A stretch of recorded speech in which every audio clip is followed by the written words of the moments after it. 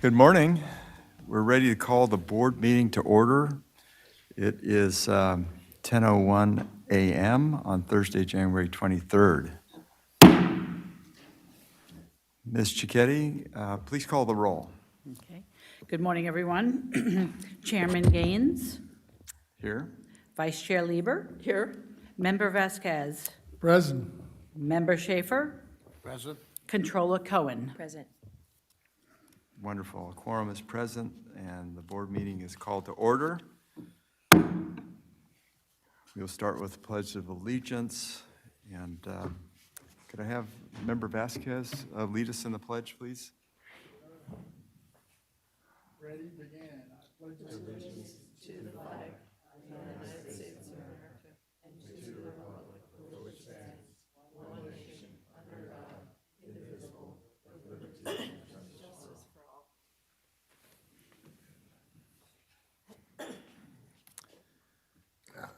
All right, members, we're starting off with opening remarks.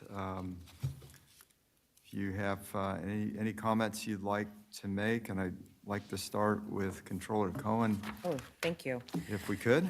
Yes, I do have a few remarks. First of all, I just want to uplift all the bakers and cooker on the BOE staff that pour not only love into the work that they do, but into the treats that they bring us. I just want to say thank you. Thank you. Mr. Chairman, looking forward to working with you, leading with you on this body. 2025 is already off to a promising and interesting start. The communities of Los Angeles is facing one of the most devastating fires in recent history. It's taken lives. It's displaced thousands of families who have been contributing to their communities for generations, and has left entire neighborhoods and schools ruined. I had an opportunity to tour the Palisades and Eaton Fire yesterday, and it was heartbreaking to see churches, temples, gas stations, businesses, homes, schools completely decimated. It's a humbling experience to stand in the wake of the ravage of the fire. My prayers go out to the loved ones who have lost people. They have had, CAL FIRE indicated that there were a few injuries to firefighters, but there were a few people who have lost their lives in the fire, but most people were able to get out.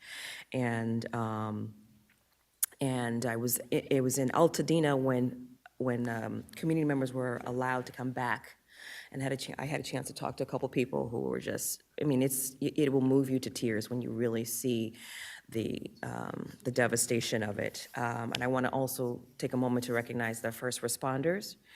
I had a chance to see the Disaster Relief Center, and there were state employees that were down there that were working, so joyful and happy, people who have volunteered their time, people, I mean, just about every state agency that you could imagine that would be there to helping with people putting their lives back together.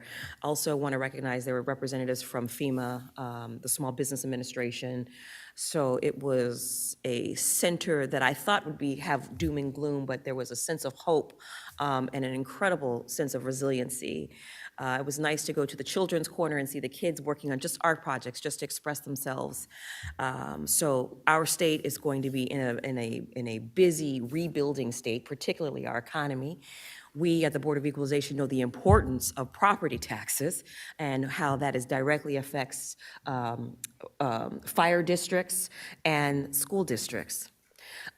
So it is just going to be very interesting to see how we buoy and we make ourselves available to help those that are in need. I want to also I acknowledge again the courage of the first responders that are on the front line, seeing strangers, helping strangers, opening up doors. The spirit and the unity of the support is what makes just California not just a state, but one big California family. To those affected and that are listening to this message, please know that this body, the Board of Equalization, as well as other state agencies, are here to support and to serve you. The Franchise Tax Board was down there. The Board of Equalization had representatives as well. And just together, we are going to definitely rebuild back. I also want to take a moment to reflect on that last Monday was Martin Luther King Jr. Day. That's the day when we all come together and we do a day of service, recognizing and honoring the Reverend Dr. Martin Luther King Jr. and his shared dream with the world, and inspiring many people to recognize that the universal threats of injustice anywhere is a threat to justice everywhere. It's a common quote that is often shared, but I don't know about you, but for me, it lives in my heart. It is what motivates my legs to get up and walk and hands to do the work that we do. And then I also want to say, excuse me, that the Board of Equalization is at, I think, a pivotal point this year in 2025, stabilizing the organization, moving from office to another office into a beautiful space that the staff has just done a tremendous job. And I want to just you to know that. Sometimes it's a thankless job in this public service, but I appreciate you and looking forward to another year together. Thank you. Thank you very much, Controller. We could move to Member Vasquez on your comments. Thank you, Chair. Members, I first want to also express my deepest sympathy to those in my district who have been hurt by loved ones that have been lost. I had the opportunity to go through PCH the second day after it happened, and it was such an eerie feeling because, I grew up in the area, and to see many of these homes, actually, I happen to know several of them that were especially on Sunset, families that inherited the properties over the years. So it was like intergenerational wealth. Yes. At one, they were probably asset rich, but liquid poor. And now they were on top of the world at one point. Some of those homes were in the $10, $20 million homes, and they're gone. They don't exist. All you see is just fireplaces everywhere because the bricks, everything else is gone, literally wiped out. In the palace, between the Palisades and the Eaton fires, it's over 17,000 structures, 37,000 acres. And to date, it's like 27 lives have been lost between the two. And in some cases, you had firefighters putting out fires only to go back and to find out that they lost their home. I mean, it's such a tragic situation. And I'm really looking forward to the board, of course, working with the controller as well, to see what we could do on the property tax side, because these folks are going to get a bill here pretty soon. Even though they don't have a structure, it turns out most of your property tax, 2/3 of it, is based on your land. Yes, sir. And in some cases, people lost their homes and their business. There's one family that I'm talking about on Sunset, they lost their home, and they happen to have a little barber shop in Palisades Mall, and it's gone. Wow. So they can't even go back to work. Yeah. So how do they rebuild, right? And I get it, they're still gonna owe these taxes, but whatever we can do, I think, to defer it as long as possible. And I know the governor's been real helpful, and he's already put out executive orders, but I don't think a year is enough. We're looking at 2-3 years. I was chatting with the former mayor of Paradise. They're 6 years out, and they're nowhere near rebuilding what took place there. And this is just huge loss. And I get it, at the end of the day, it's going to be a challenge for us on the other end, because obviously cities, schools, and counties depend on property tax. So at some point, we're going to have to come up with some way to backfill that, because you obviously have to keep, funding services. But, so I'm really looking forward, and I guess we'll discuss it down the road. I'd like to propose at some point, maybe you might want to consider, doing at our February meeting, a special hearing just on this. And I know Chair, you're really involved in the insurance part. And we actually had Ricardo Lana last weekend set up a shop there at Santa Monica College, and they had all of the major insurance companies, Allstate, and they were literally giving checks on the spot. And now, since everything's electronically, it went right into their accounts. So that's some help. But, for some of these folks that lost it all, Yeah. it's kind of a drop in the bucket. So we need to hopefully, figure out a way to be a little bit more creative and see what we can do to help on these rebuild. And then with that, also wanted to mention, and Controller, you touched on it too, this last Monday, given this situation, throughout the county, we had several events going on in honor of Dr. Martin Luther King, and many of these folks were turning a lot of their celebrations into places, encouraging people to go out and provide service and help out, because there's a lot of areas now where, they're kicking up school districts, community centers, rec centers, to try to, one, house people, and then two, to provide, clothing, because people need everything from clothing all the way up to a place to stay. It's really a real challenge right now. But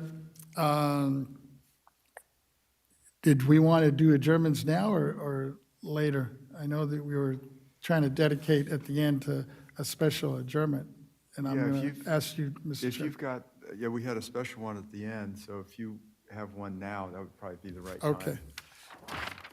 Then let me just put two into the mix for the official adjournment when we do. One of them is, we lost one of our great presidents, Jimmy Carter.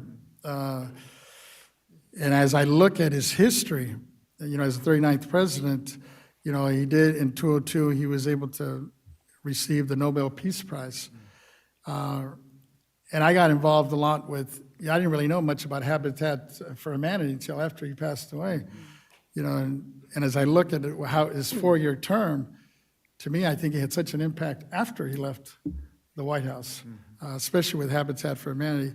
I participated in one of these rebuilds he did in the San Fernando Valley, and it was, in one day, they literally erected a structure. Something we might want to look at now as we're looking at on the rebuild for some of these homes. But yeah, he was, to me, I thought he was one of the most powerful presidents we've had after leaving office. And so many of our counties, and especially our cities in the state, were flying their flags at half-mast in honor of him. And to live such a full life, I think he just had his 100th birthday. And of course, his wife, who was besides him all along, didn't quite make it to the 100th birthday, but she was in her 90s as well. And last but not least, I'd also like to adjourn our meeting later today, and in the name of Brenton Wood. He was an old R&B singer and songwriter from Compton who achieved 3 Billboard hit songs in 1967. Wood died of natural causes surrounded by his family and friends on January the 3rd at his home in Moreno Valley. He was 83 years old.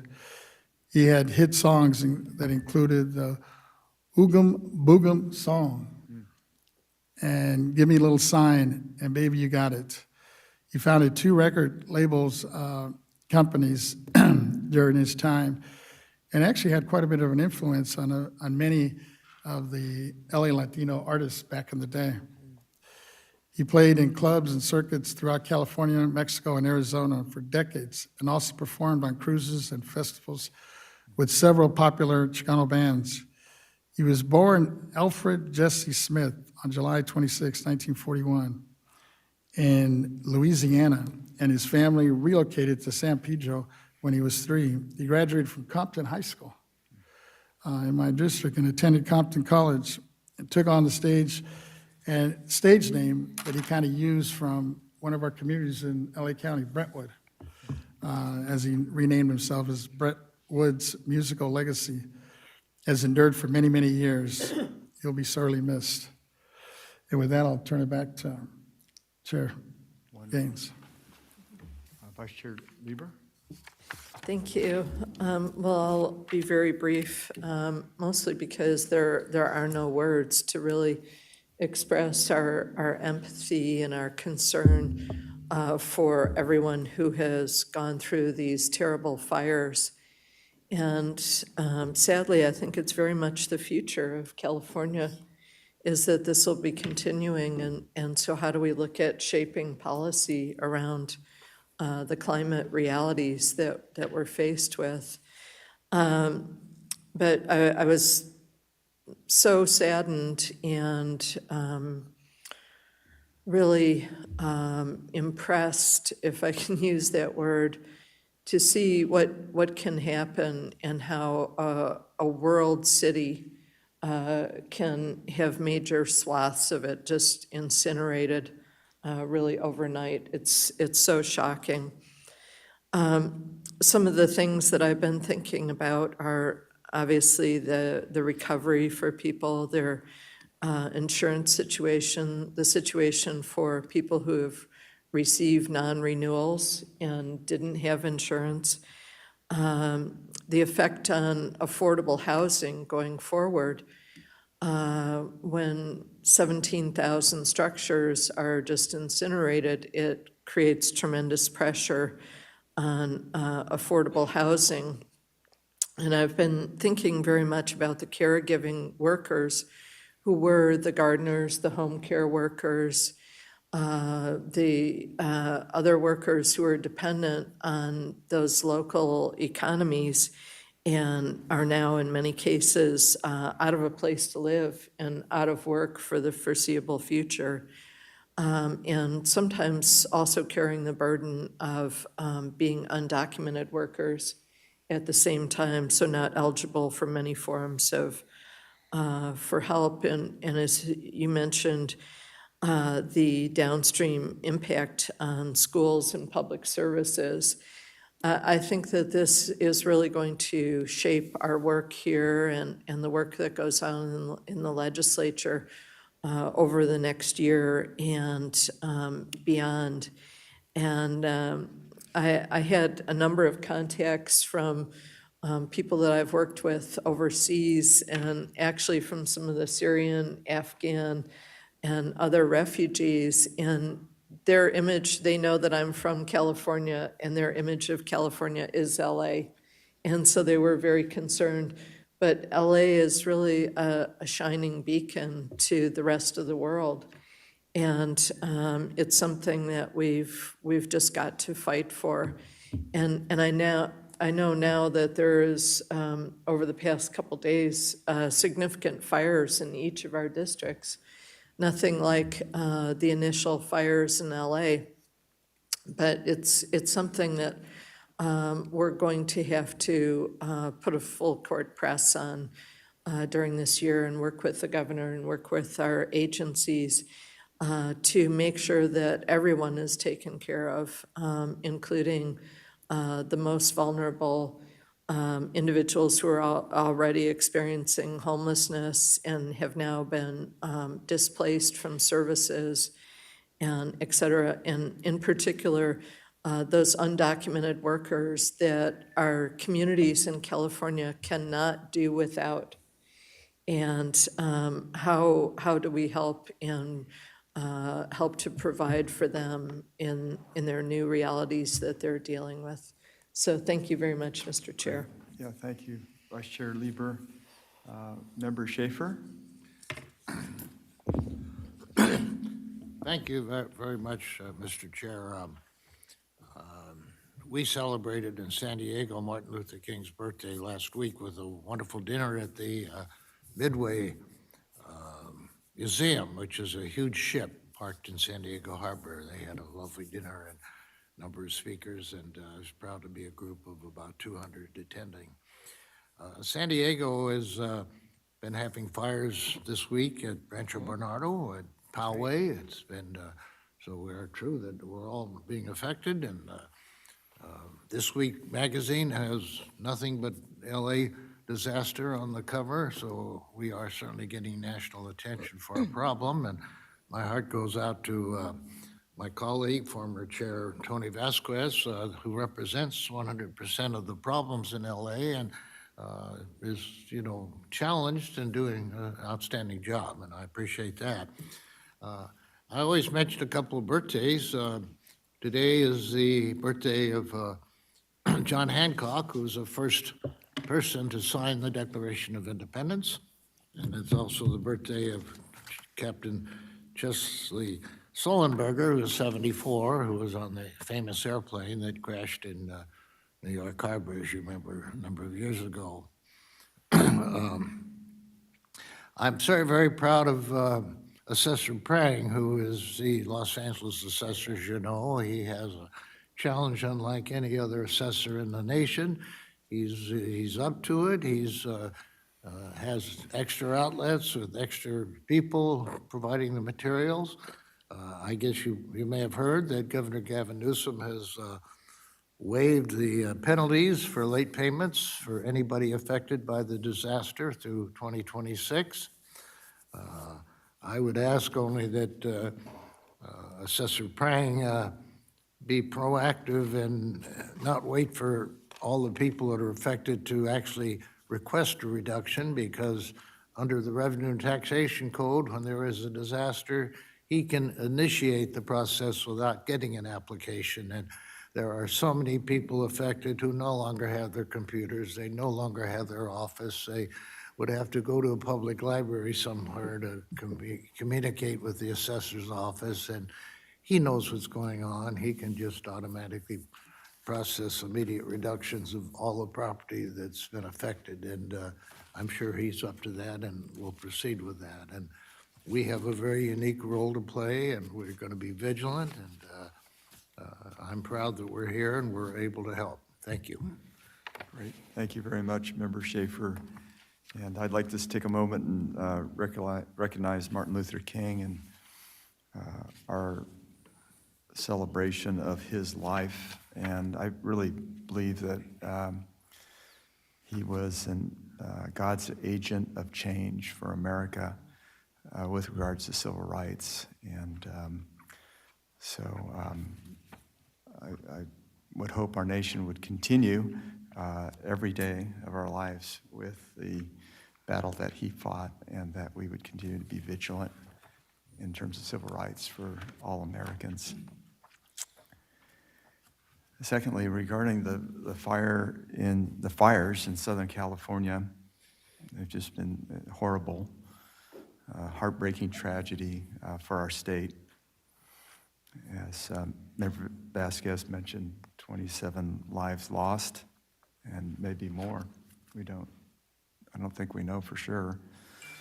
Thousands of lives of people and families and businesses have been lost to these blazes. I've had the opportunity to visit several wildfires. Actually, my first one was in 2007. It was the Angora fire in Lake Tahoe. We were in the legislature, Sally, at the same time, and it was high winds, and we thought it was going to take the entire Tahoe Basin down, and the winds shifted, thank God. But these battles continue. I had a chance to go to the Paradise Fire and see the devastation there, and then we had Caldor Fire that burned up a lot of El Dorado County more recently, took out an entire town of Grizzly Flats. So my prayers are with my fellow Californians in this difficult process of rebuilding their homes. And from my background and my focus on the insurance angle on all of this, a typical home, if someone has a home fire, it typically takes 18 months to get a rebuilt home and go through the permit process. Now, when you have thousands burned down, I think that's probably more like maybe 3 years, 2 years, a much longer process. So anything that we can do to try to speed that process up. And I know the governor's been working on delaying the taxes that are due. And I think you're correct, Member Vasquez, and maybe that needs to be a 2-year extension or maybe longer, I don't know. But that's a real a real challenge. We don't want to burden people any more than they have already been completely shaken their lives to the core. And so I hope the legislature and the governor and anything that we can do here at the BOE will be helpful with the LA fires. And I think it's a real opportunity for us to focus on this and figure out, our infrastructure. If you look at these wildfires, you're overwhelming our systems that are in place. And so I think there is an opportunity to take a look at infrastructure to make sure that we are better prepared as these fires approach our populated communities. And I think that may involve better infrastructure, even replacing infrastructure. So we have more water capacity so that we can make sure that we have that wildfire kind of urban interface better managed. I know these winds were very high, so they were historically challenging, but I think we have to continue to be vigilant in that area. So I just want to close in offering my prayers again to everyone who suffered from this terrible tragedy. And we can now move on. Ms. Cicchetti, please call our first order of business. Good morning again, everyone. Our first order of business is our safety and informational announcement. Welcome to the Maylee State Office Complex. Our safety announcement is in the auditorium. The exits are in the front at each side of the stage, and other exits are located at the rear of the auditorium. Please take a moment to find the exit sign and location closest to you in the event of an emergency. The emergency exits behind and to the side of the stage should only be used in case of an emergency. Our informational announcement, excuse me. This meeting will be live streamed to the public and posted on our BOE YouTube channel. Therefore, we ask all speakers to state their names before speaking for the record. We ask that you speak clearly and slowly into the microphone. I want to remind the audience to silence their cell phones and other wireless devices. Note that public comments are taken on each agenda item. The public will be invited to comment on matters before the board. If there are any members of the public wishing to speak before the board on any agenda item in person, we ask that you complete and submit to the Sergeant of Arms a public comment appearance sheet located at the entrance of the auditorium. If you wish to speak before the board by telephone, please dial the phone number and access code that's provided on the public agenda notice and follow the instructions of the AT&T moderator. If you intend to make a public comment today using the AT&T moderator, we recommend dialing into the meeting on the teleconference line before the beginning of the agenda item you wish to comment on. We recommend this as the audio broadcast on our website experiences a 1 to 3 minute delay between the live stream and the live event. When giving public comments, please limit your remarks to 3 minutes. This concludes the safety and informational announcements. Thank you.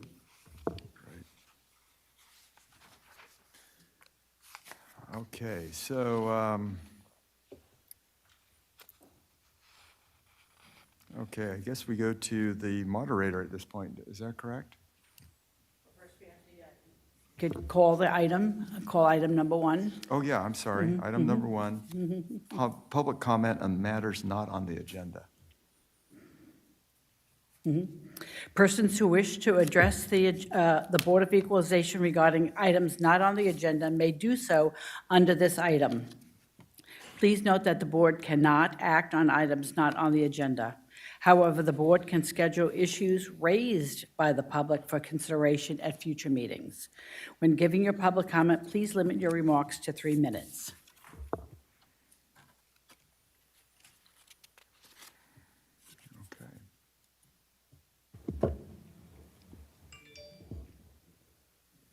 Okay, I could continue on if you'd like. Yeah, we don't have any comments. That's correct. That's Okay. correct. All right, thank you. Hearing no comments, move on to the next item. Oh, let's go out to the moderator. So we have no written comments on anyone in the auditorium, And we have no public comments on this agenda item, so there we're going to go to the at and T moderator. at and T moderator, is there anyone on the line who'd like to make a public comment regarding this item? If you wish to ask a question or have a public comment on this item, please press 1, then 0 on your phone. You may remove yourself from queue at any time by pressing the 1, 0 again. And if you are using a speakerphone, please pick up the handset for pressing the numbers. Once again, on the phones, if you do have a public comment at this time, it is 1, then 0.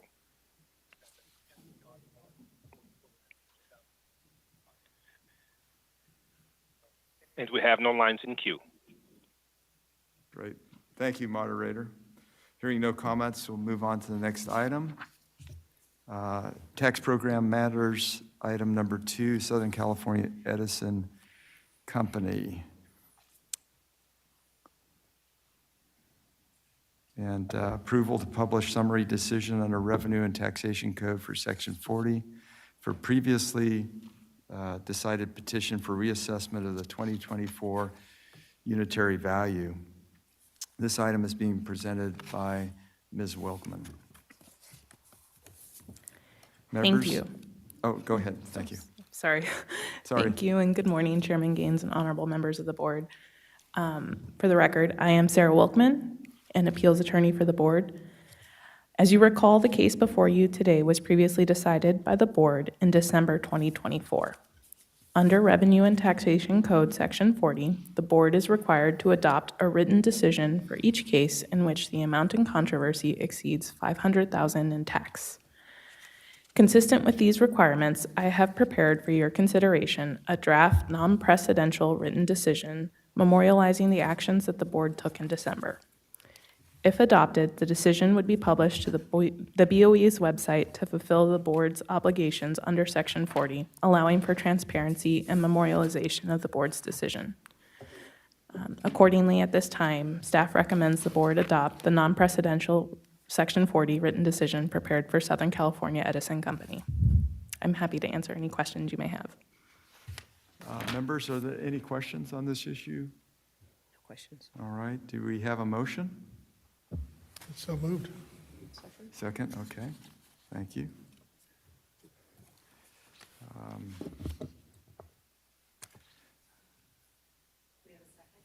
Yes, we do.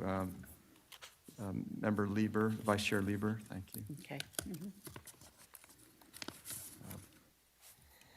Okay, so members. Okay, now this is on public item number 2. Do we have any written comments or anyone in the auditorium who wishes to make a public comment for this agenda item? We don't have anyone. Okay. And AT&T moderator, do we have anybody on the line? And if you would like to make, would like to make a comment on this item, please press 1 followed by 0.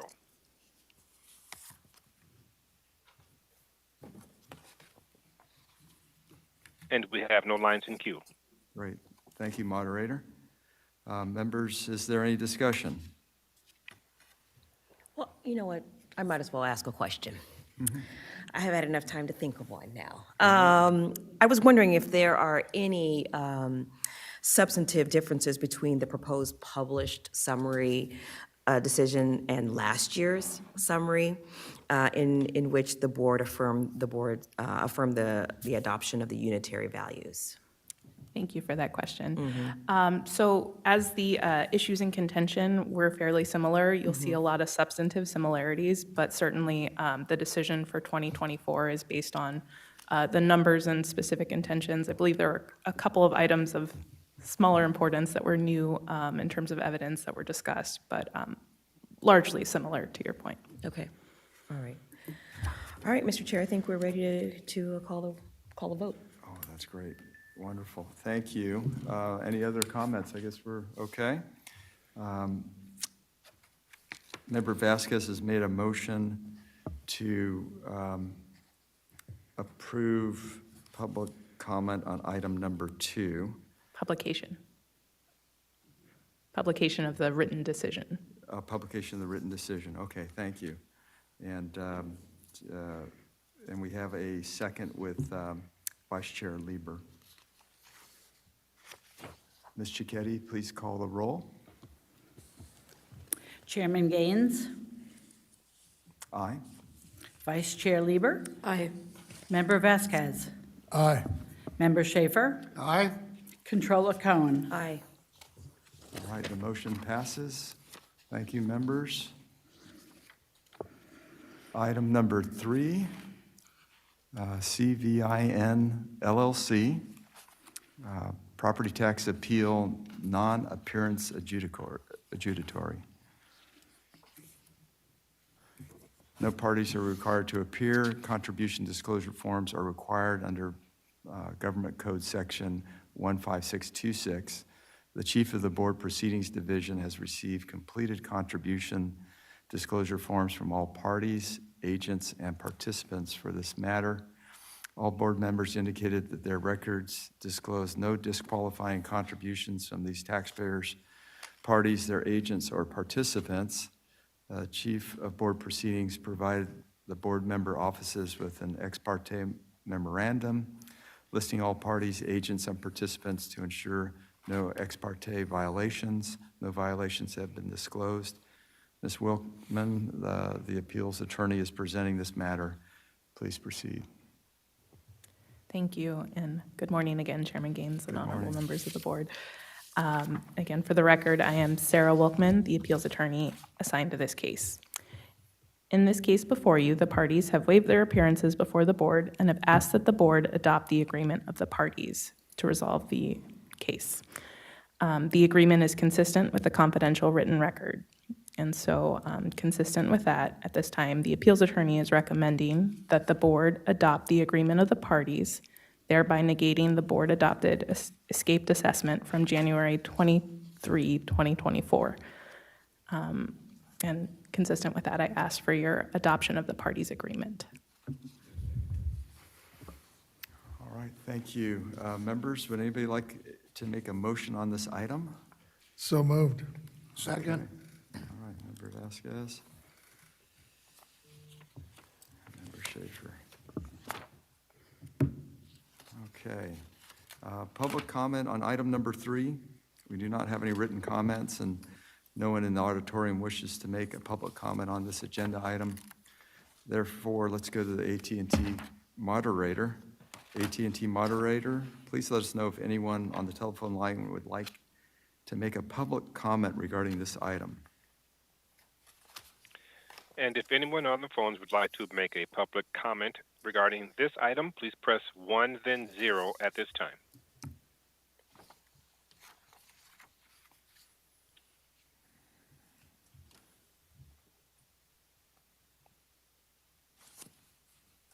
We have no lines in queue. Great, thank you, moderator. Members, any discussion on this item? All right, Member Schaefer. I'm always pleased when we can find a basis to abate penalties, and this is one of them. Thank you. Wonderful, thank you. Any other comments? All right. Member Vasquez has made a motion to approve item 3, CVIN LLC, property tax appeal, non-appearance adjudicatory, with a second by Member Schaefer. Ms. Cicchetti, please call the roll. Just going to clarify the motion at this time that the board wishes to adopt the recommendation of the agreement between the parties. Yes. Yes, Chairman Gaines, Aye. Vice Chair Lieber, Aye. Member Vasquez, Aye. Member Schaefer, Aye? Controller Cohen. Aye. The motion passes. Thank you, members. Okay. Item number 4, Chevron USA Incorporated audit. This matter is a constitutional function. Mr. McCool will present this matter. Good morning, Chairman Gaines and Good honorable morning. members of the board. My name is Jack McCool, Chief of the State Assessed Properties Division. The State Assessed Properties Division performs routine audits of state assessees under the authority of Revenue and Taxation Code Section 828 and Government Code Section 15618. The purpose of a property tax audit is to determine the accuracy, completeness, and reliability of the financial data furnished by state assessees and used by the board in the valuation process. Audits also include an internal review of the methods, calculations, and assumptions used by the State Assessed Properties Division. Before you today for your consideration are 4 property tax audits completed by State Assessed Properties Division staff. Each assessee was provided a copy of their audit report and was given a 30-day window to provide additional information in response to the audit report. Upon adoption of the audits, all assessees will receive official notice of their value change and are provided 50 days in which they may file an appeal. The first audit for the board's consideration is for Chevron USA Incorporated. Chevron USA is an intercounty pipeline company that transports crude and refined petroleum products in California. Chevron was provided a copy of their audit report and findings and did not provide additional information during the 30-day review period. I ask for your adoption of the audit for Chevron USA Incorporated. Thank you. Great, thank you, Mr. McCool. Members, would anybody like to make a motion? May I ask a question before we take up Yes. that motion? Yes. Mr. McCool, I'm just curious, in this case, did the petitioner allege any excessive assessments that were not granted? Generally speaking, Generally I'm not speaking. sure how much I can share on these matters due to the confidential nature of the information. But I think for this particular question, it's safe to say, no, they did not. Thank you. All right, members, would you like to make a motion? Move the staff recommendation. Great, I got I'll second that. a first and a second. Public comment on item number 4. We don't have any written comments, and no one in the auditorium wishes to make a public comment on this agenda item. Therefore, let's go to the AT&T moderator. AT&T moderator, please let us know if anyone is on the phone line and would like to make a public comment regarding this item. And if you wish to make a public comment at this time, it is 1, then 0 on your phone.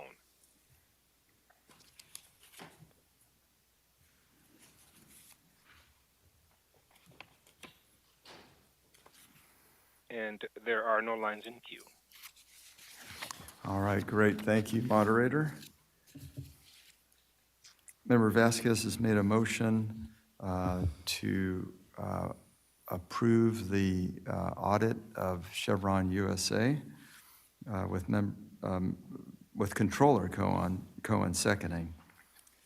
Ms. Cicchetti, please call the roll. Chairman Gaines, Aye.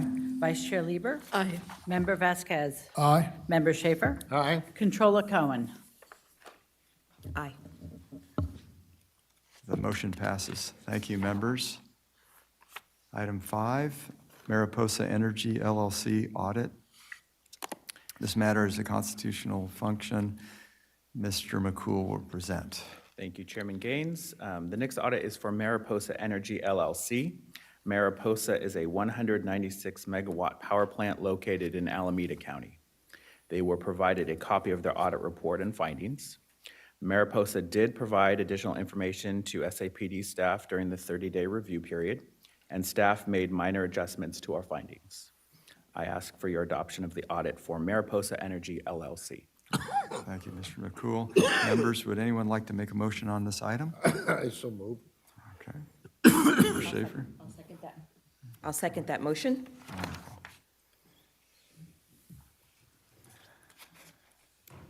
Public comment on item number 5. We do not have any written comments, and no one in the auditorium wishes to make a public comment on this agenda item. Therefore, let's go to the AT&T moderator. AT&T moderator, please let us know if anyone is on the telephone line and would like to make a public comment regarding this item.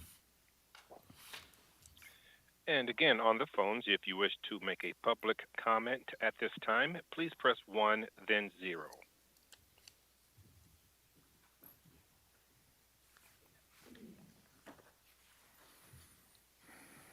And we have no lines in queue. Thank you, moderator. Members, is there any discussion on this item? Seeing none. Member Schaefer's made a motion on item 5, Mariposa Energy LLC audit, with member or Controller Cohen seconding. Ms. Cicchetti, please call the roll. All righty. The motion is to adopt the audit for, Mariposa Energy. Chairman Gaines? Aye. Vice Chair Lieber? Aye. Member Vasquez? Aye. Member Schaefer? Aye? Controller Cohen? Aye. The motion passes. Thank you, members. Okay. We'll now move to item number 6, AT&T Mobility LLC audit. This matter is a constitutional function. Mr. McCool will present this matter. Thank you. AT&T Mobility is the second largest wireless telecommunications provider in the United States. They were provided a copy of their audit report and findings. AT&T did contact staff during the 30-day review period, but did not provide any additional information. I ask for your adoption of the audit for AT&T Mobility LLC. Thank you. Great, thank you. Members, would anyone like to make a motion on this item?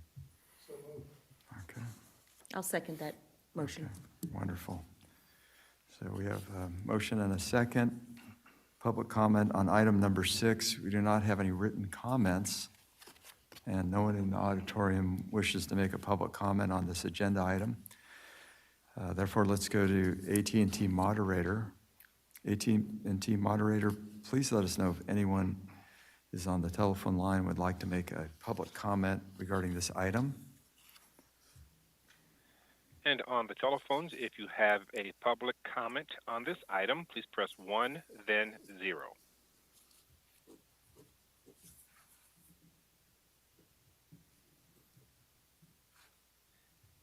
And there are no lines in queue. Thank you, moderator. Members, is there any discussion? Okay, Member Vasquez has made a motion to approve the audit for AT&T Mobility LLC with a second by Controller Cohen. Ms. Cicchetti, please call the roll. Chairman Gaines? Aye. Vice Chair Lieber? Aye. Member Vasquez? Aye. Member Schaefer? Aye? Controller Cohen? Aye. The motion passes. Thank you, members. Item number 7, Time Warner Cable Information Services LLC audit. This matter is a constitutional function. Mr. McCool will present this matter. Thank you. The final audit today is for Time Warner Cable Information Services LLC. This assessee provides integrated communication services to residential and business customers. They were provided a copy of their audit report and findings.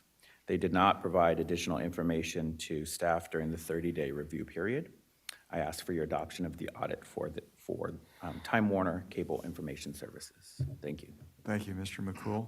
Members, would anyone like to make a motion on this item? So moved. Second? Okay. We have a motion and a second. Public comment on item number 7. We do not have any written comments, and no one is in the auditorium wishing to make a public comment on this agenda item. Therefore, let's go to the AT&T moderator. AT&T moderator, please let us know if anyone is on the telephone line would like to make a public comment regarding this item. And if you do have a public comment regarding this item, please press 1, then 0 at this time.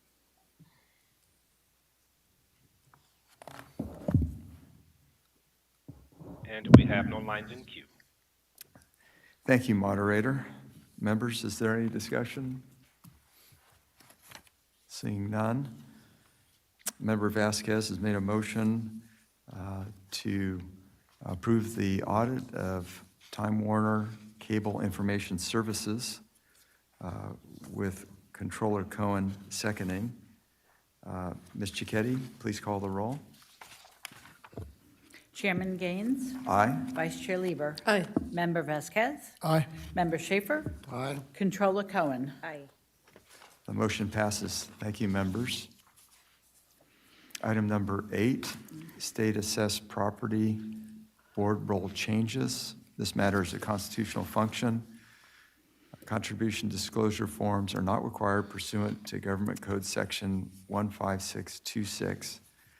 Mr. McCool, Chief of the State Assessed Properties Division, is presenting this item. Thank you, Chairman Gaines. Revenue and Taxation Code Section 4876 allows for correction of errors on the state assessed roll. I am here to present one role change to the state assessed roll for the board's consideration. The role change before you is to correct an assessee reporting error related to the 2024 roll. The assessee notified SAPD staff that they failed to timely report the cancellation of a lease agreement in San Diego County. This role change removes the assessed value from San Diego County that would not have been on the 2024 roll if the lease termination had been reported to our office timely. Upon the board's adoption of this change, staff will notify the county of the role change, and the county will be responsible for processing any applicable property tax refunds or issuance of new property tax bills. The state assessee will also receive notice of the role change adopted by the board. I'm available to answer any questions you may have, and I ask for your adoption of this role change. Thank you. Thank you, Mr. McCool. Members, would anyone like to make a motion on this item? So moved. Okay, we have Second. a second. Okay, Second. wonderful. Public comment on item number 8. We do not have any written comments, and no one is in the auditorium wishing to make a public comment on this agenda item. Therefore, let's go to the AT&T moderator. AT&T moderator, please let us know if anyone on the telephone line would like to make a public comment regarding this item. And if you wish to make a public comment at this time, please press 1, then 0 on your phone.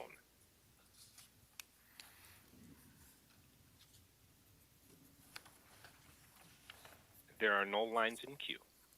Thank you, moderator. Members, is there any discussion? Okay, seeing none. Member Vasquez has made a motion to make changes on item 8 regarding state assessed property board role changes, with Controller Cohen seconding. Ms. Cicchetti, please call the roll. Chairman Gaines. Aye. Vice Chair Lieber. Aye. Member Vasquez. Aye. Member Schaefer. Aye. Controller Cohen. Aye. The motion passes. Thank you, members. Consent agenda. Items 9, adoption of the December 17th, 2024 board meeting minutes. And also item number 10, adoption of the summary of testimony and information received at the November 20th, 2024 informational hearing on H2 hubs, which corrects a clerical error and will replace the December 2024 board adopted version. Members, would anybody like to make a motion on these items? Okay, we have a second? I'll second it. Okay. Thank you, Controller Cohen. Appreciate it. Okay, we have a motion, and welcome, Deputy Controller Emmerich. We have a motion, public comment on items number 9 and 10 on the consent agenda. We do not have any written comments, and no one in the auditorium is wishing to make a public comment on this agenda item. Therefore, let's go to the AT&T moderator. AT&T moderator, please let us know if anyone is on the telephone line would like to make a public comment regarding the consent agenda. And if you do have a public comment regarding the consent agenda, please press 1, then 0 at this time.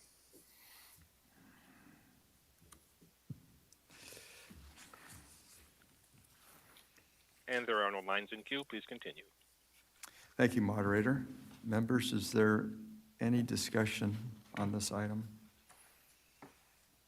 Looks like we made a correction on the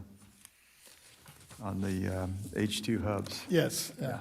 Okay, very well. Thanks for pointing that out. Yeah, good. And so Member Vasquez has made a motion to approve the consent agenda items 9 and 10 with Vice Chair Lieber seconding. Ms. Cicchetti, please call the roll. Chairman Gaines, Aye. Vice Chair Lieber, Aye. Member Vasquez, Aye. Member Schaefer, Aye. Deputy Controller Emron. Aye. All right, the motion passes. Thank you, members. And are we all in agreement in terms of taking a 10-minute break at this point? Wonderful. All right, so we will reconvene at 11:04. Thank you.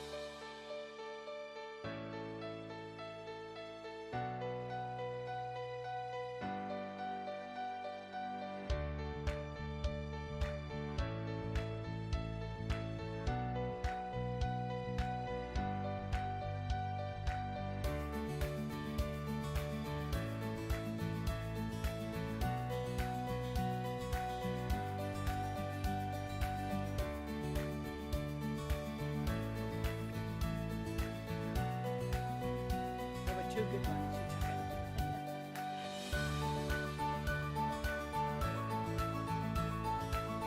Okay.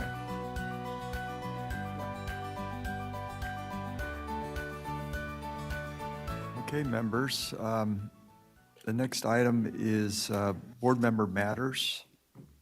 Item 11, the 2025 County Assessor and Assessment Appeals Board issues board workshop group proposal. Mr. Vasquez is presenting this item. Thank you, Chairman Gaines. This proposal brings the 2025 Assessor AAB Issues Board Work Group before the board for reconsideration. This proposal was raised last November, and we discussed revisiting the idea at this meeting. I am raising this again for possible action because the establishment of a work group is timely and appropriate based on publicly available information, including the board's TRA hearing and annual meeting with the county assessors from last fall, and the examples we provided in our memo. For example, at the September meeting, the CAA identified several common administrative issues they anticipated in 2025 based on input from the assessors, which include Prop 19, the use of technology, and more. In addition, the examples we provided point to the administrative burdens on assessors and AABs on multiple issues and coming from multiple sources. Those sources could include results of disasters past and present, such as COVID, pandemic, and thousands of victims in LA and Ventura counties whose properties, businesses, and homes were destroyed. Increases in the volume of work due to recent real estate market conditions, the need to incorporate technology and associated difficulties, and the need to improve communication and increase collaboration between the relevant local agencies. A work group can provide an important forum for the board to receive testimony, find existing facts, and issue recommendations about the issues on the work group's agenda. It also provides the participants with a forum to share common administrative burdens and explore potential solutions. Regarding the scheduling for the work group, the proposal requests two upcoming dates. The proposal requests for a short time at the end of the February board meeting for preliminary planning. The intent would be to receive input from stakeholders and finalize the agenda items after the work group is approved in concept. The proposal also requests that the April 30th, 2025 board meeting date be reserved for a full-day work group meeting. Following this date, the team will prepare any minutes or recommendations. I welcome your comments and encourage a vote of approval for this work group. With that, I'll turn it back over to the chair and the board. Yeah, questions of the board? Yes, Member Lieber. I know that when we had it before us before, there was a discussion that we wanted to have the professional staff conduct a survey of assessors' practices and the structures and the offices of different assessors. So we were going to have this back in February. And so my concern is, once a work group is established, then our professional staff can't do any work on it. So where are we at in terms of the survey is my question.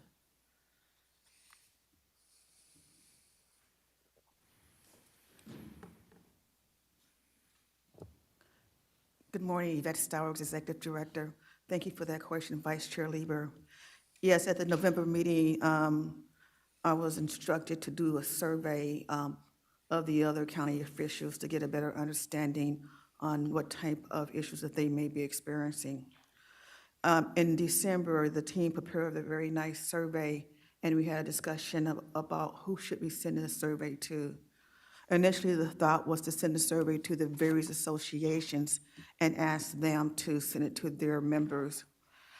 After further discussion, we decided to send it directly to the assessors, directly to the tax treasurer collectors, clerk of the board, and auditor controllers, because those are the four county organizations who play a role in assessment appeals and tax refund delays, possible tax refund delays.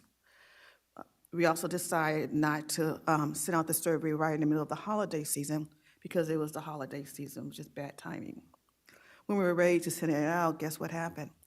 So we still have not sent the survey out. It is ready, but I'm reluctant, unless this board directs me to, I'm reluctant to send it out to the LA County officials or the Ventura County officials. Would like to be a little concerned about what they're going through right now. But we are prepared to send it out to everyone else. Follow-up question, if I may. I wonder if we send it out to everyone else, I think the biggest issue that we had was coming from the stakeholders were mentioning problems with getting throughput in LA County. And I think that problem has been resolved now, but I agree that it's a horrible time to bother people there or Ventura County right now. And so I wonder if we might send it out to the others and then have the approval of this item at the February meeting so that we can get that analysis done. Because I think it would be burdensome for one of our offices to try to contact 56 multiple county officials, and 56 of the 58 counties would be a concern. And then we could do the planning at the February meeting as well. Yeah, I think that might be a good tack to take. Okay, you think that makes sense then with the delay for your county, given the challenges that's before it? No, I was proposing that we might want to just, add an item on February, just, like a pre-planning, and then incorporate what the vice chair's asking now. I think that should be fine, because we're still looking at really having the hearing really on April anyway. Okay, so I don't do think we it sets us need back an much. agendized item for the February meeting? We would work with your office to have it on the agenda.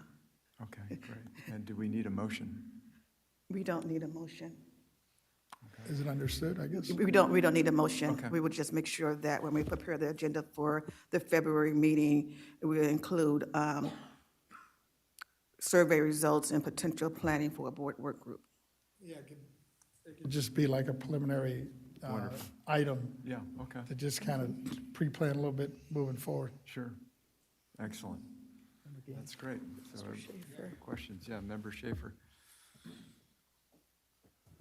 Yes, thank you, Chair Gaines.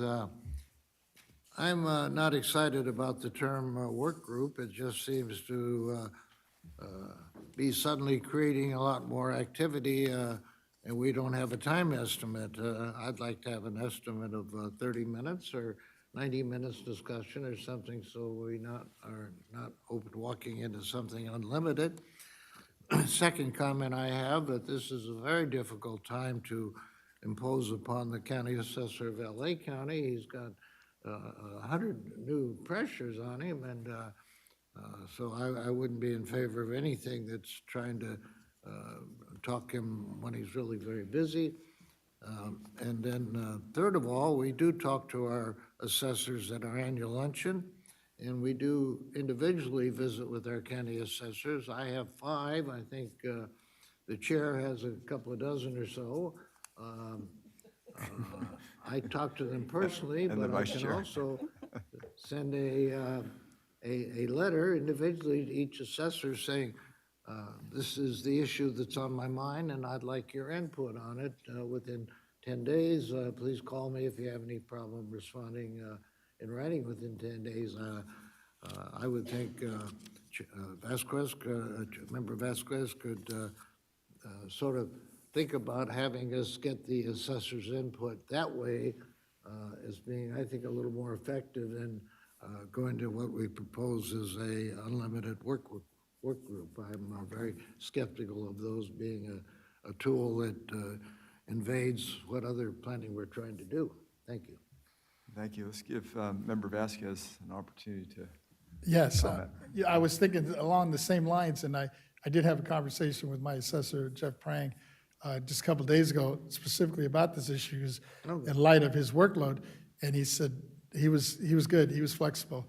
He has the luxury of having so many staffers on board, And granted, it is some tough times right now, but I think if we move in the direction that I think our vice chair proposed, I think we should be okay. Wonderful, okay. Wonderful. Vice Chair Lieber. And we could certainly indicate the time commitment on the February agenda for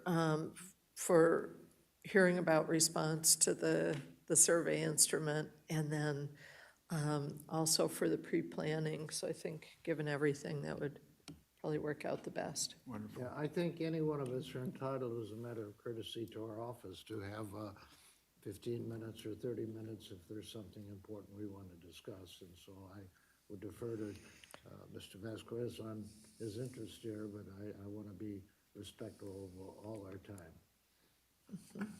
Great, and you. we will be in touch with Member Vasquez's office too, in terms of figuring out the time. You need, yeah, sure. We can work that out with the executive director. Okay, so we will Stowers, continue with the survey and work together with Member Vasquez's office. Okay. Wonderful. Okay, great. Thank you, members. Okay, we'll move now to next item, number 12. Before we move further, Chairman, item 11 was to establish the board work group. I believe we need to take a motion that you want to continue or you want to start the board work group. I'll move it. I didn't know if we needed to. Yeah, I thought we didn't need a With the motion. conditions that we. We do you know, not the want to, Vice I'm Chair sorry. had proposed.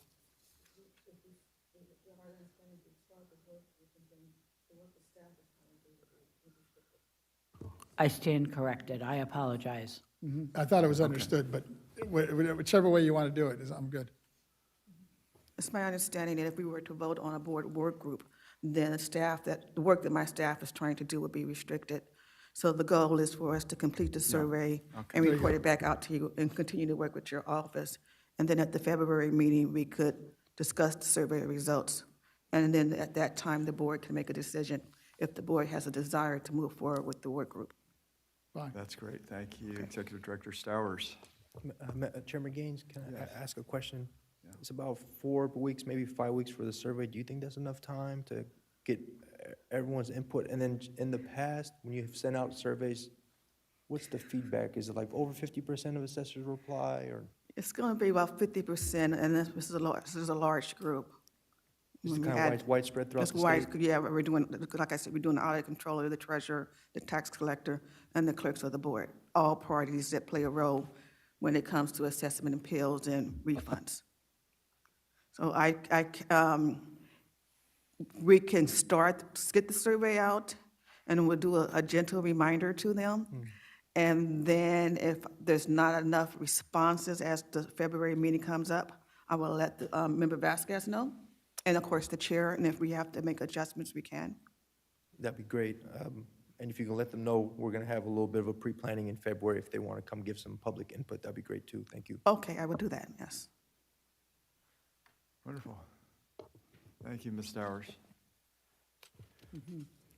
All right, members, we'll move forward to the next agenda item. Before we go, because it's an agenda item, we have to take public comment on all agenda items. Oh, okay. Yeah, thank you. Okay, public comments on item number 11. We don't have any written comments and no comments in the auditorium. Therefore, let's go to the AT&T comment moderator. Please let us know if anyone is on the telephone who would like to make a public comment regarding this item on the agenda. AT&T moderator? Hello?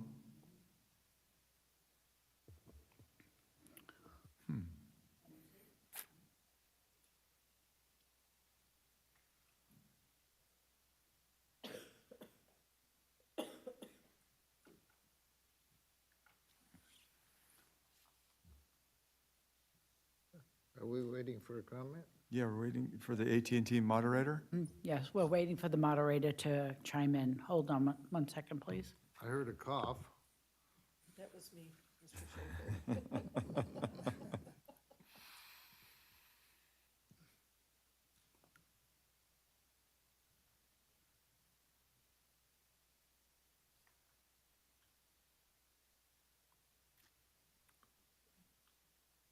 there a time limit?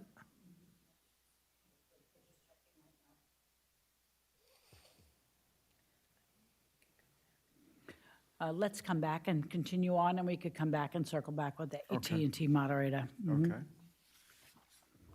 All right, we'll move on to agenda item number 12. Yeah. Yvette Stowers, Executive Director. Just in the spirit of keeping everything moving forward, I would like to say that I did speak with Kate Bell, the lobbyist from Ryan's Tax Consulting, and speaking for them, Ryan is still very interested in his board work group and look forward to participating. Great. Yeah, thanks for sharing that. All right, members, we'll move forward now to item number 12, California's property tax system in addressing the disproportional impact of poverty, informational hearing proposal. Vice Chair Lieber is presenting this item. Thank you, Mr. Chair. Thank you, Mr. Chair. What we are aiming at with this item is to have a very short hearing on the importance of California's property tax system in addressing the disproportional impact of poverty that's reflected in income inequality, geographic disparities, and financial outcomes for Californians, including the assets that Californians are able to hold. Clearly, we put this memo together before the catastrophic fires in LA, and so we want to be very sensitive to that fact. At our last meeting, we had a discussion of possibly using some of the board meeting time on the 29th, and I am very open to that if we need to keep April 30th clear for a hearing that's solely about the situation for LA County. I think that the topic of this hearing is particularly pressing given the situation in LA County and given the situation for the concentration of poverty and impacts on lower income Californians. So I'd like to ask that the board approve the concept of the hearing today and that we stay a little bit flexible on the scheduling so that I can work with Mr. Vasquez and identify when we would like to have a full hearing about the situation in LA. And I'd also like to pledge my interest and determination to really use the concept of a hearing on the relationship between poverty and property taxes in our state to really flesh out the issues that are present and now so much exacerbated by the fires in LA County. Thank you. Yeah, thank you, Vice Chair Lieber. Members, are there any questions or discussion on this item? Yes, Member Vasquez. thank you, Vice Chair Lieber, for bringing this back up, and I think it's really, I mean, I know you brought it up before, we had this disaster take place, but now it's just, it's such an important issue that I think we could definitely dovetail into this and see what's the best way to handle it. I've had conversations, especially with some of the new members on the Assembly and the Senate that are coming from a housing background and are very excited about working with us and especially on legislation. I was just having dinner last night with one of the new young rising stars from the San Fernando Valley in Assembly, Celeste, and she's gung-ho and ready to roll up her sleeves and do whatever she can to help us, and whether it means authoring a bill or just participating with us on whatever other bills we get from our senators and other legislative members. So, no, and I'll defer to you in terms of what you think it's the best time to do it. I think as we move forward, well, later on the agenda, I'm going to be bringing up the issue of possibly doing our hearing in February just on the disaster that took place in LA. And if you see fit, we could possibly incorporate some of this as well. But I'll leave that up to you. Okay, very good. And Deputy Controller Emmerich. Thank you, Mr. Chairman, and I also want to thank our Vice Chair for bringing this forward. In December, we had an incredible hearing at the Franchise Tax Board. Thanks to your leadership, Madam Chair. I'm looking forward to bringing these conversations to the Board of Equalization. Time and time again, I say we're the 5th largest economy in the world, but also have the highest poverty anywhere in this country. So there's not an equilibrium here, and many people are being left behind. And I look back at my own experiences growing up in poverty, and how I was able to make it through economic mobility and education to get my parents into a better situation. And it all starts with these type of conversations, Madam Chair, so I'm looking forward to this, whether it be in April or sometime in the spring. Thank you again for your leadership on this very, very important issue that Californians are unfortunately facing each and every day to survive in this state that they should call home forever. Thank you. Thank you, Deputy Controller Emron. Member Schaefer. Yes, thank you, Chair. Yes, I also appreciate Ms. Lieber bringing this to our attention.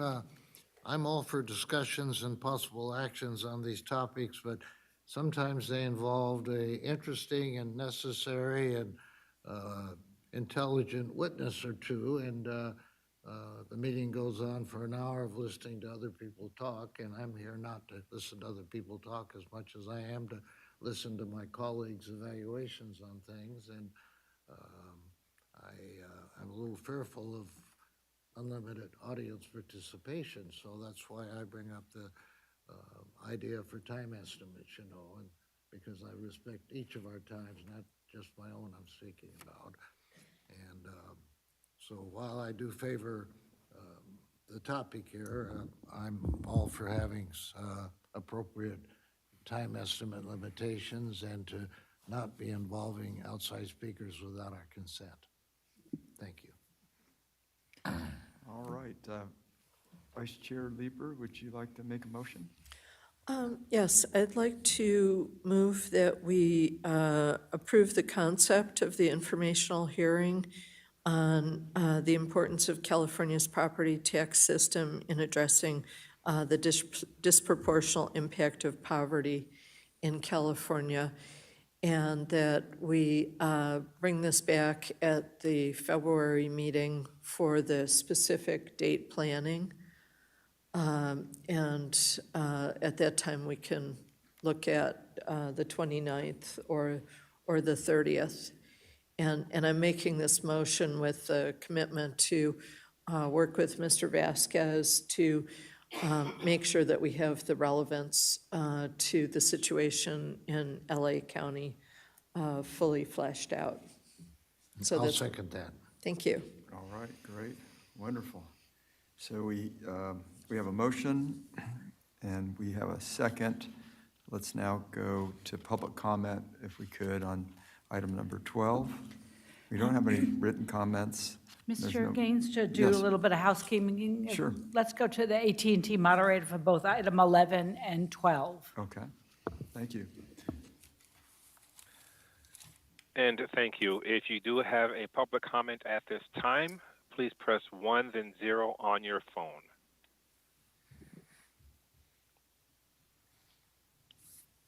And if you have public comment on items 11 or 12, please press 1, then 0 at this time.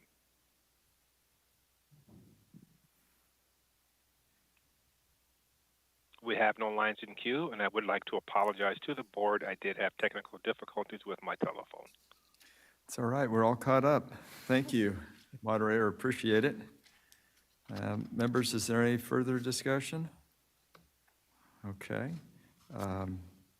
We have, Vice Chair Lieber has made a motion to approve the concept of a poverty informational hearing with a date to be determined for further study at the next meeting. Is that correct?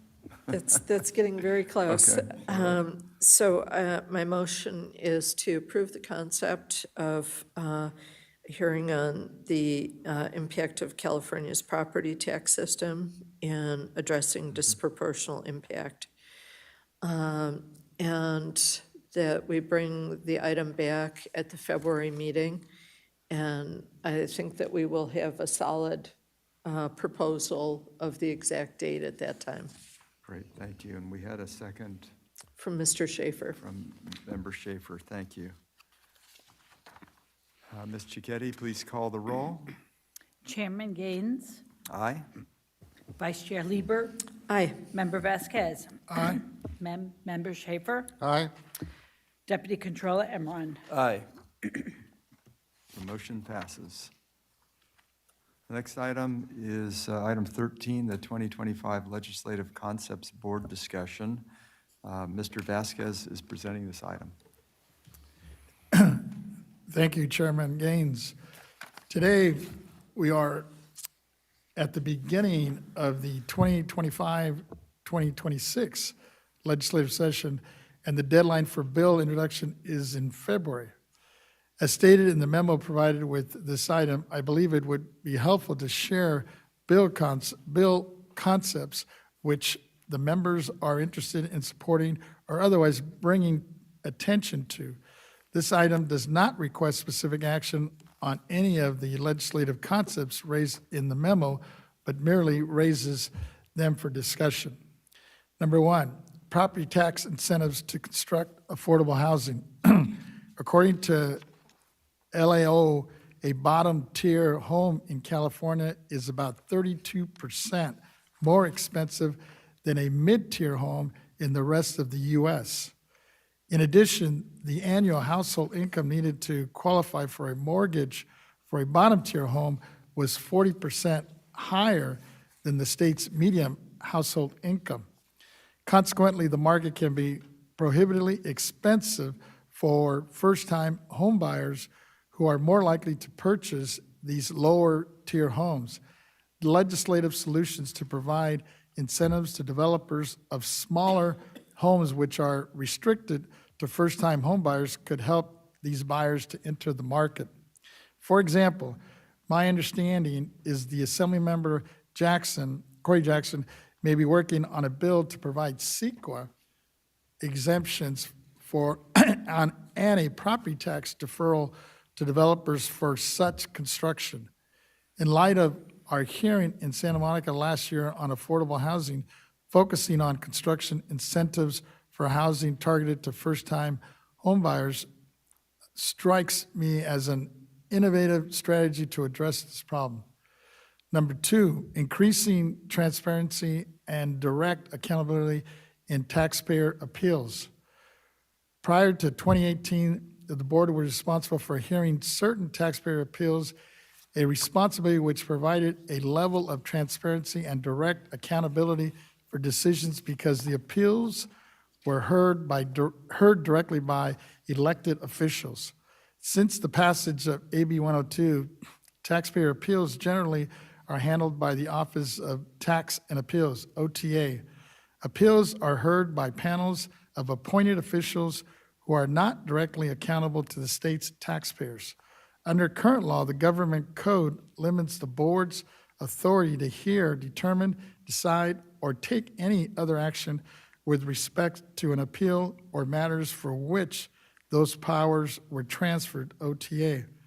One possible legislation solution to increase taxpayers' accountability could be to allow the board to discuss completely OTA appeals or trends in taxpayer appeals as regular items on board meetings. Discussion would not constitute an action, and by limiting discussion to only completed appeals, this would not interfere with OTA process, but it would provide a mechanism by which directly elected officials can discuss trends in a taxpayer's appeals. Last year, Senator Allen authored SB 1436, which would have created the California Tax Policy Oversight Board, a body consisting of elected officials to engage in high-level review of the state's tax agencies. This bill did not ultimately pass, but the problems of direct accountability remain. I'm raising this concept as an idea to reestablish a public forum for direct accountability into the taxpayer's appeals process. Number 3, property tax incentives for a transition to clean energy. At our informational hearing in November, we heard testimony from several presenters, including Senators Archuleta and Allen, and Tyson Eckerly from GoBiz, about how new energy technologies like hydrogen can play a part in reducing the harmful effects of pollution and climate change. We also heard about where investments in hydrogen technology may be most effective. For example, the ports of Los Angeles, Long Beach, and Oakland all provide examples on how hydrogen technology can be used and to reduce emissions. One concept to incentivize investment in hydrogen would be to exclude hydrogen technology from the definition of a taxable possessory interest at California ports. This would provide a tax incentive to encourage companies with equipment at ports to invest in hydrogen technology that could significantly reduce the pollution in the surrounding communities. A broader bill based on a similar concept was proposed last year, but targeting the concept at hydrogen technology in particular could be an interesting and less costly approach. Bills to address, number 4, bills to address wildfires. Finally, the wildfires in Los Angeles have devastated my district over the past 2 weeks. Thousands of people have lost their homes, schools, and businesses, and it will take years to rebuild and recover. There are a number of bills under consideration seeking to provide property tax relief to victims of the ongoing fires. These include a wide range of proposals from extending property tax deadlines to opening public lands up to temporary house victims to possible legislation on insurance impacts. Given the urgency of these issues, I intend to hold an informational hearing or event in my district in February to provide a forum for a public discussion on, 1, the needs of victims related to their property and businesses and insurance, 2, the legislative process proposals and ideas, and 3, any other relevant solutions. I've spoken with several legislators as well as the chairman, as Chairman Gaines, about the hearing, and based on their experience, on his experience and informational hearings he hosted last year on the insurance crisis, it expressed interest in attending. To the extent that other members may want to join, you're all invited. And I am happy to make a motion or get your consensus on a date. As far as I am concerned, the hearing can be conducted remotely, or it could be a hybrid system, whichever members prefer or, or recommend, as many of the victims and stakeholders are probably unable to travel at this point. I believe it's important to this board to receive testimony and consider support for relevant legislation and to show that we are accountable for helping to provide recovery solutions that the public really needs. I look forward to hearing any ideas from you about legislation in the upcoming session and the discussion on a proposed hearing date next month if you're interested. With that, I'll turn it back over to the chair. Great. Members, any questions? Member Schaefer. Thank you, Mr. Chair.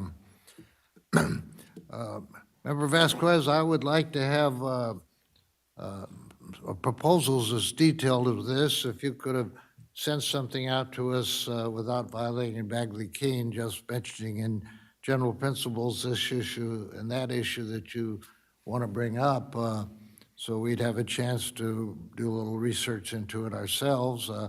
I'm sure if you'd propose something and pass it by Mr. Moon, he would be able to say that this does not violate, because it's looking into issues, it's not advocating either way.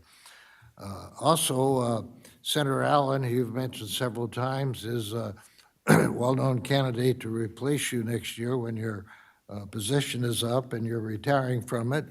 And while I have a great admiration for him, every time you mention him for something, it's knowing that you support him, it may upset some other candidates who are seeking to replace you, and we're trying to avoid that. I have issues of legislative concern that I'd like to bring up. I don't drink, but I'm an advocate of the liquor industry and of the taxes, which we have jurisdiction to pass judgment on appeals of.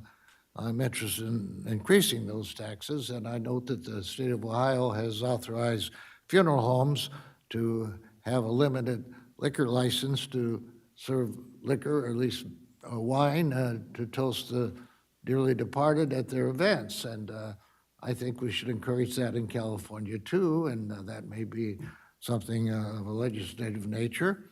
I'm also interested in the sexually violent predators being placed anywhere in California, that their assessors may consider this a calamity, which allows them to go in and do reductions without waiting for an application. And I think that's important to us, because people that are affected by a dangerous neighbor should not have to put their name on any documents and go public about it. I think it's more of an obligation of our assessor to look into it from an official point of view. So I'm all for any of these opportunities we have to discuss possible legislative matters, and I'm also very careful to not bring names of people that are looking to succeed us into our discussions. Thank you. All right, Vice Controller, Deputy Controller, excuse me. Both work. I just want to thank you, Mr. Vasquez. And I think it's nice to kind of get ahead of this. The legislative session moves so fast. You mentioned that the bill dates are coming mid-February, and these are all things that I think the board can actively work on. One good thing that we did that I appreciated is that we had members of the legislature, their staff, come and present bills to the board where we decided to support it, and now we got our letters of support, and we reflected it on the record too. And I think staying involved in that process as well. Two things that the controller and I are both very interested in is if the possibility of, for the Board of Equalization, administering some type of tax credit to people that are either in fire danger zones or property tax relief as they try to rebuild, some type of tax credit to help them with their bottom line as they try to rebuild, bring the cost down. And then number two, we've been hearing instances about people looting, and the governor has an executive order where members of the public are getting short-sold for their property, and this being prohibited. And I think going after bad actors and protecting people's property value at the Board of Equalization, as the elected taxpayer representatives, as people that are stewards of property and land, I think more time than ever for this board to step up and kind of be a representative in that light. And these are ongoing discussions. I just wanted to put that out there into the universe and on the record for things to think about, but I'm fully in support of this concept. Thank you.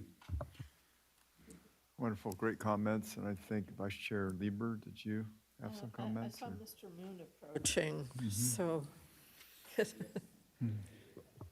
Mr. Chairman, if I just remind the board very quickly, I had heard Mr. Vasquez invite the other board members to your informational meeting in LA.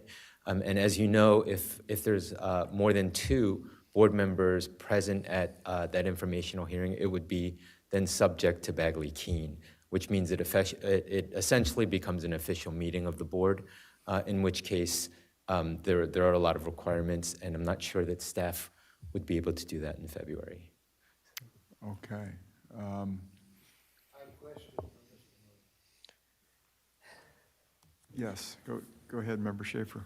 Mr. Moon, if Mr. Vasquez would like to have an informational memo circulated among the board, if it was done carefully so that it was not advocating a position, but just generally discussing areas and issues to be brought up at our next regular meeting, you could approve something like that, couldn't you? Mr. Schaefer, certainly if it was procedural about times and places, I think that would be acceptable under Bagley-Keene.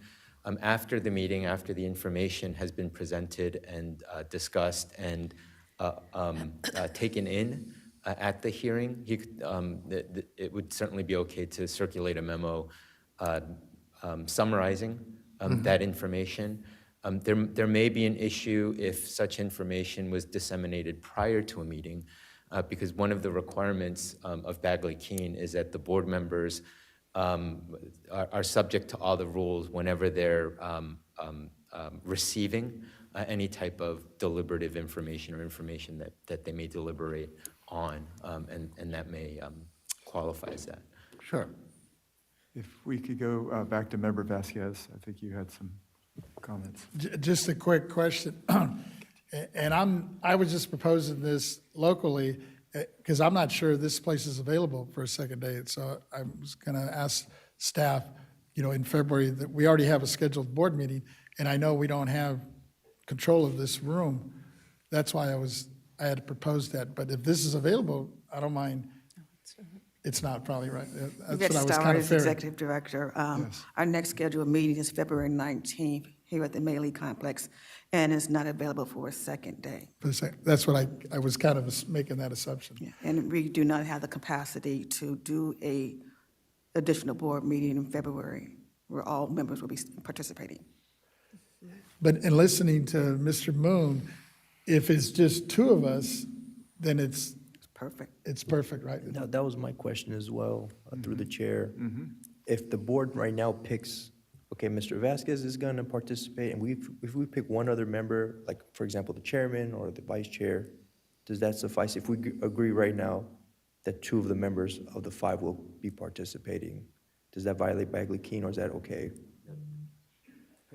It would be okay if only two members are there. And if we agree on the record right now? Yes, you could do that if you so chose. So just another question. If we couldn't have a public hearing if we didn't, my thinking is if you're making no decisions, couldn't you have all the members come to an informational hearing? You could. My point was that if you do that, the entire meeting would be subject to all of the Bagley-Keene rules. And staff has certain procedures and things that they follow when that happens.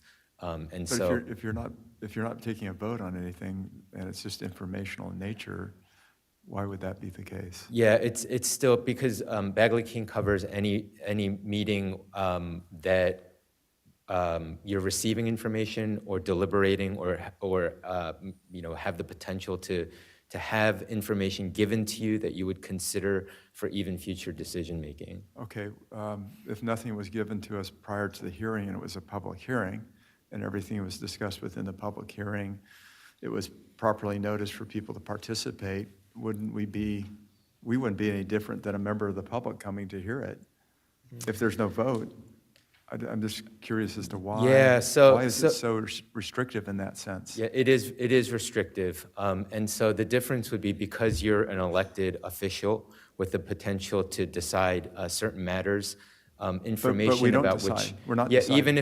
even if it's not at that specific hearing, but you are getting information. And so part of Bagley-Keene is to be as completely transparent as possible and to make the public aware that you, as an official with the potential to take some action in the future, Okay. are receiving this information at a particular time. Okay, so if we had more than two members show up, then what sort of challenges does that present in terms of staffing? Yeah, so that would be a question from Ms. Stowers.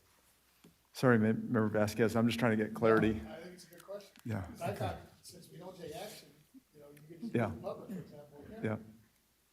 Oh, wow. But I didn't know how strict it was. So I think and I'm not an attorney, but at your proposed informational hearing, you may hear some legislation that you may decide in the future that you want to support. So that's where we would be drawing foul with Bagley-Keene. Now, back to the question of, let's say all the members would like to participate. We cannot go to Southern California and put on an in-person or a hybrid meeting. We just don't have the capacity or the funding for it right now. Staff is saying that there's possibility that we could get this facility on February the 20th, but it would be limited from 2 p.m. to 5 p.m.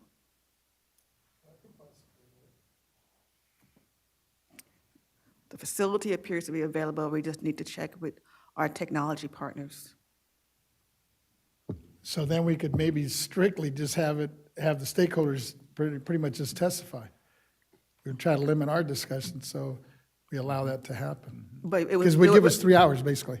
Yeah, but it would be a meeting here. They Right, can be right. They can be virtual, but yes. Right. And then you guys can still have discussion. Right, But right. it depends on how you want to do your hearing. Gotcha. Would this be specifically to the LA fires or broader? I mean, I'm open. I was thinking we got probably enough, especially if we're going to be limited, with the LA stuff. And I know there's several, both members on the Assembly and the Senate that are interested in coming up with possible bills already. Yeah, great. Vice Chair Lieber. Thank you.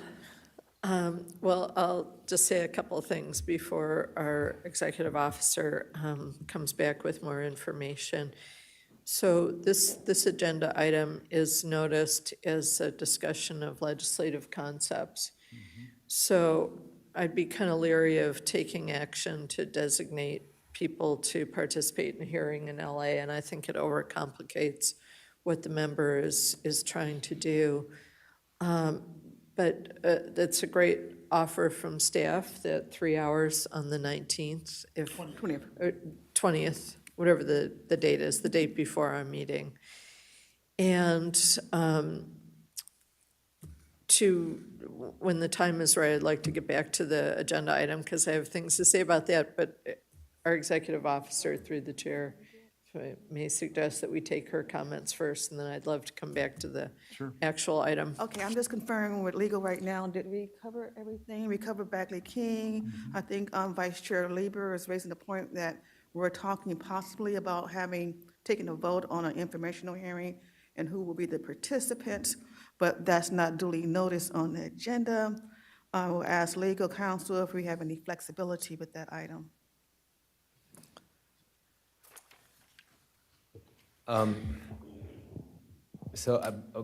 My suggestion would be that if it's an official information hearing to which Bagley Keene applies, it is not, you're correct, it is not noticed on the agenda for today for that particular informational hearing.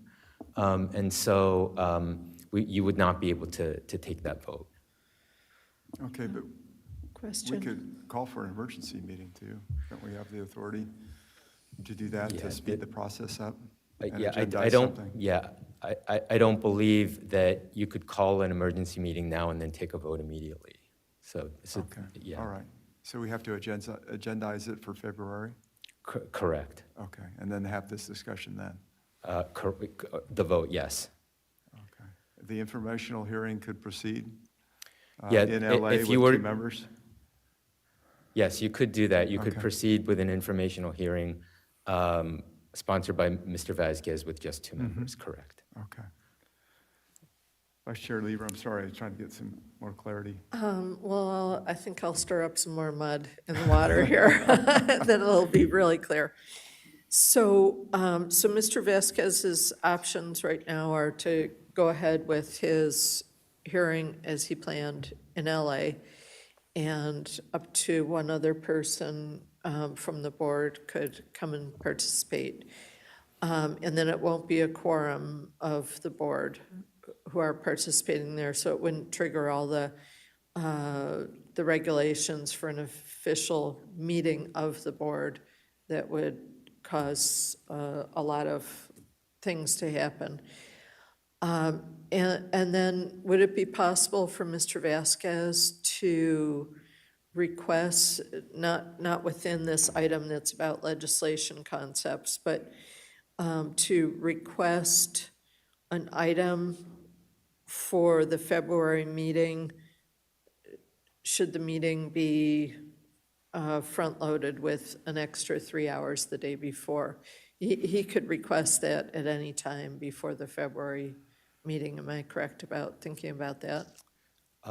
So do you mean just to add another day without specifying that this is an informational hearing for this particular item? Would the board need to take action to approve an informational hearing in February, or could he request it off agenda and in the interim of time between now and February? Yeah, so the chair would have the authority to decide what goes on what goes on the agenda. The informational hearing that Mr. Vasquez might want, you just can't vote for it today. Okay. Okay. Okay. Which, if I could add, which now you made me think about it. So at the end of the day, when the chair sits with the executive director and plans the agenda for February, there's nothing stopping him of adding an extra day, right? Correct. And basically, whatever he wants to call it, yeah. Okay, so that would be how we would achieve the goal. So we don't officially take a vote here, but he We has had the a authority to just do that.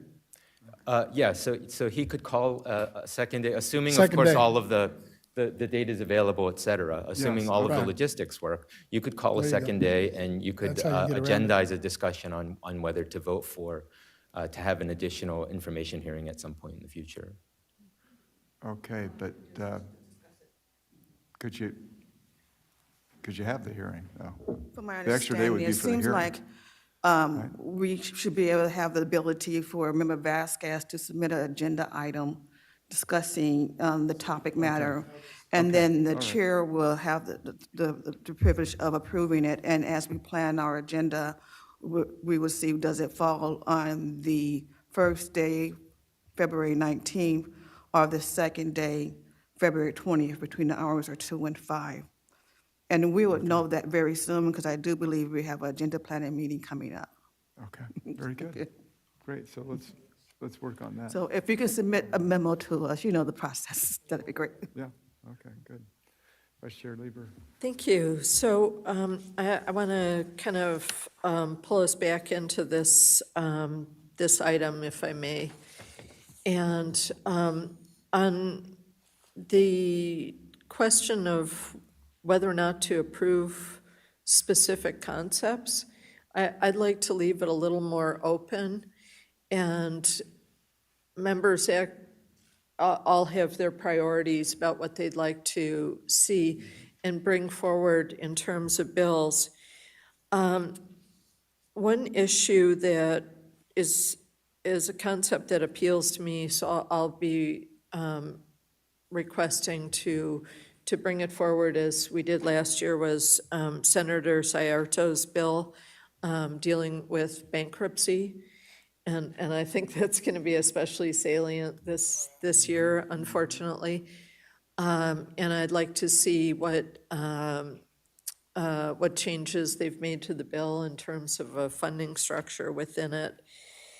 And then an issue that is very close to my heart because of a constituent matter is looking at a very narrow legislative or ballot fix on Prop 19 to allow additional time for transfer of property during a governor-declared emergency.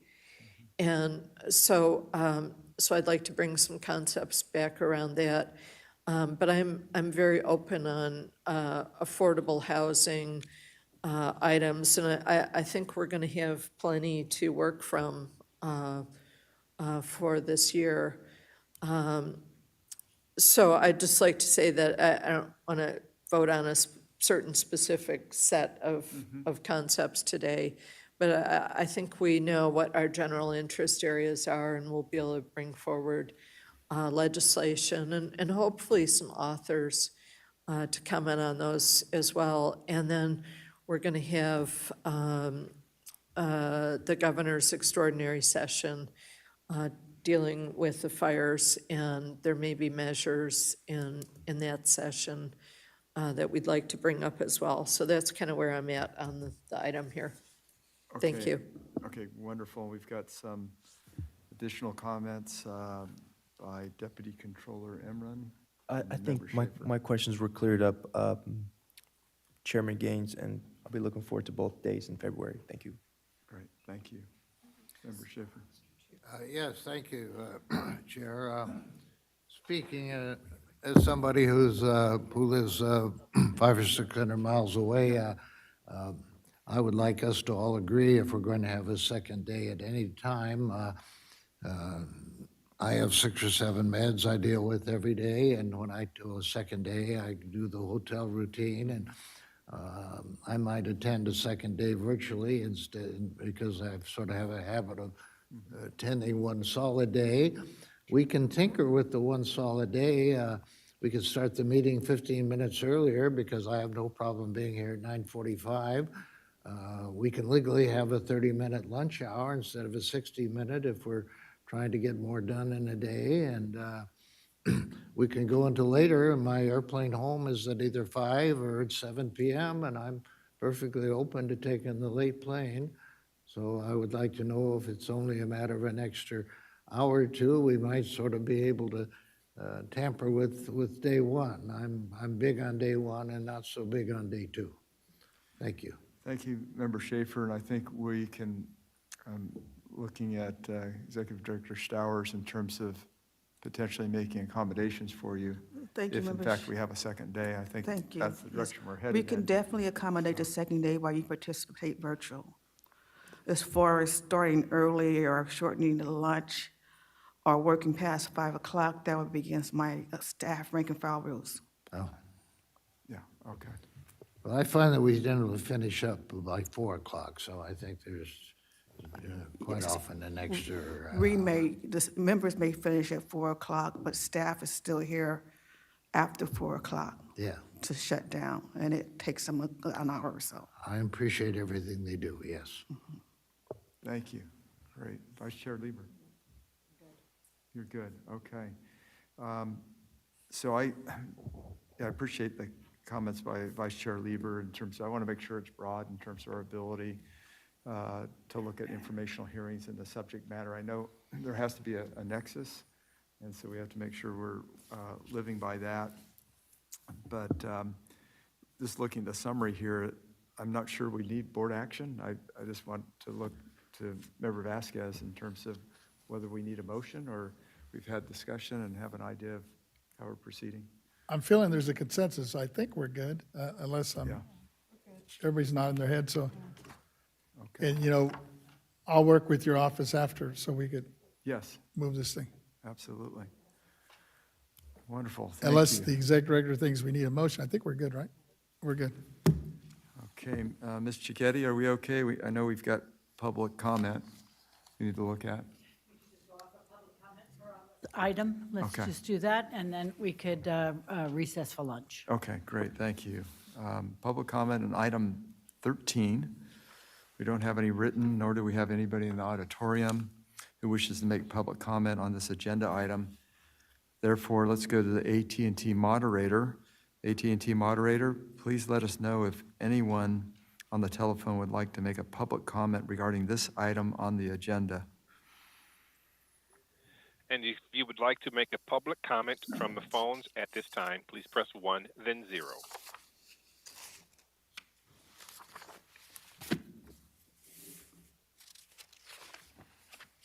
There are no lines in queue. Okay, great, thank you, moderator. I don't think there's any other items of discussion on this item. And I think at this point, we can agree to take a 60-minute lunch break. And if we could reconvene at 1:04, that would be fantastic. Thank you.